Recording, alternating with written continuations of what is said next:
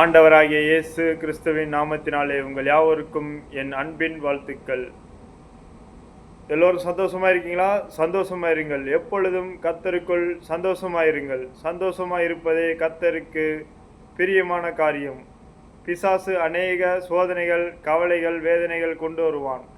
அவை எல்லாவற்றையும் உதறிவிட்டு நீங்கள் எப்பொழுதும் சந்தோஷமாயிருங்கள். இன்றைக்கான தேவனுடைய வார்த்தை நாம் கேட்போம். இன்றைக்கான தேவனுடைய வார்த்தை வழக்காடுகிறது.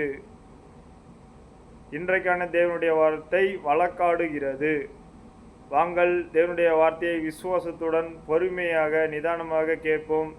தேவன் நிச்சயமாகவே உங்கள் வாழ்க்கையில் அற்புதங்களை செய்வார். விசுவாசிங்கள். நீங்கள் ஒருவரோடு ஒருவர் வழக்காடுகிறது எவ்விதத்திலும் குற்றமாயிருக்கிறது.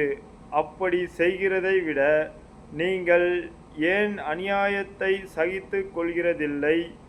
ஏன் நஷ்டத்தை பொறுத்து கொள்கிறதில்லை? 1 கொரிந்தியர் 6:7. இன்றைக்கான தேவனுடைய வார்த்தை சொல்கிறது, ஒருவர் வழக்காடுகிறது. நீங்கள் வழக்காடுகிறோம்.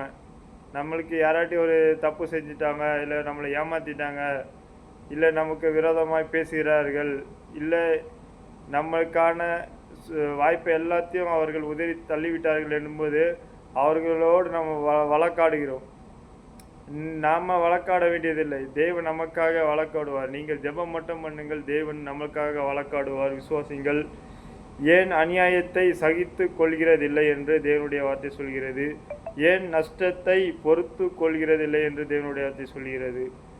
தேவன் தாமே இன்றைக்கு விசுவாசத்துடன் தேவனுடைய வார்த்தையை பார்த்த கேட்ட உங்கள் யாவரையும் தேவன் தாமே ஆசீர்வதித்து உங்களை பெருக செய்வார். Thank you friends. Thank you. God bless you.